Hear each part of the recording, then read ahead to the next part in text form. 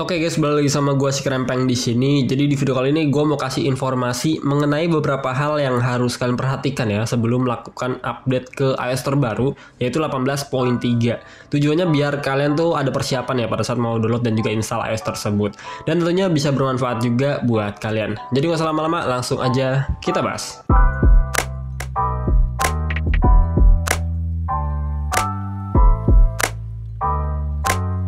Ya, seperti yang kita ketahui, iOS 18.3 itu sebentar lagi akan dirilis secara resmi sama Apple. Yang mana sekarang tuh udah masuk ke beta terakhirnya atau RC version. Jadi sebelum kalian mendownload dan install iOS 18 nantinya, gue mau kasih himbauan dan informasi untuk kalian perhatikan supaya update iOS kalian nanti tuh berjalan dengan lancar. Oke, langsung aja yang pertama, pastikan terlebih dahulu untuk iPhone yang kalian gunakan tuh sekarang udah support ya untuk update ke iOS 18.3. Sebenarnya kalau misalnya iPhone kalian tuh udah support iOS 18, berarti bisa juga pakai 18.3. Cuma di 18.3 ini kan ada fitur Apple Intelligence lanjutan dari 18.1 dan juga poin 2 kemarin.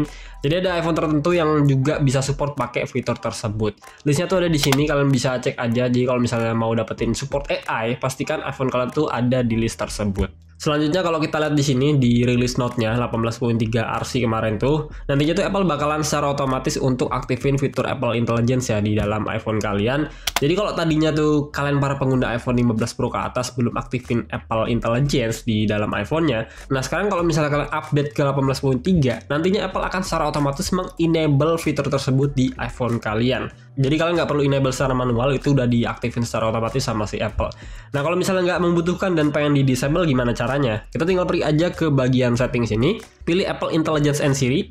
Nah di bagian atas ini kan ada enable dan juga disable untuk Apple Intelligence-nya. Jadi kalian bisa enable dan juga disable di bagian sini. Gue tahu sih mungkin maksud Apple bikin enable otomatis ini biar para penggunanya tuh bisa langsung nikmatin fitur terbaru yang mereka berikan ya tanpa harus nunda-nunda dulu. Tapi tetap aja itu bukan paksaan ya, dia enable secara otomatis, tentunya kalian bisa disable secara manual di bagian sini. Kemudian pada saat kalian udah install iOS 18.3, nantinya tuh Apple akan menginfokan bahwa notification summaries tuh di bagian aplikasi news dan juga hiburan ya, aplikasi berita dan juga hiburan tuh sementara waktu tidak tersedia.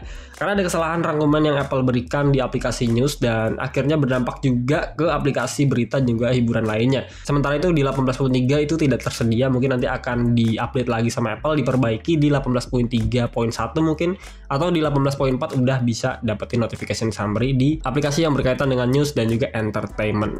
Terakhir ada update rumor juga soal perilisan strap Apple Watch Unity yang sebelumnya tuh di 17.3 itu dirilis ya, yang kemungkinan di 18.3 ini akan dirilis juga karena berdasarkan kode tvOS 18.3 RC di dalam postingan X-nya si Aaron itu menunjukkan bahwa Apple sedang mengerjakan hal yang sama di tahun ini.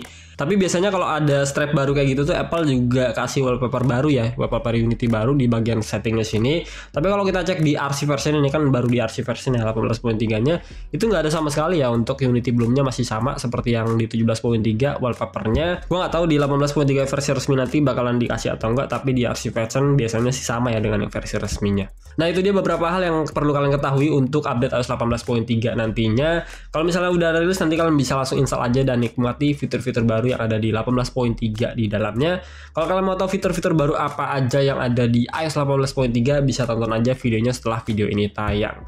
So, gue rasa gitu dulu aja video dari gue. Semoga bisa bermanfaat. Kalau kalian gak keberatan bisa like ya, share and subscribe channel YouTube gue. Kita ketemu lagi di video berikutnya and goodbye.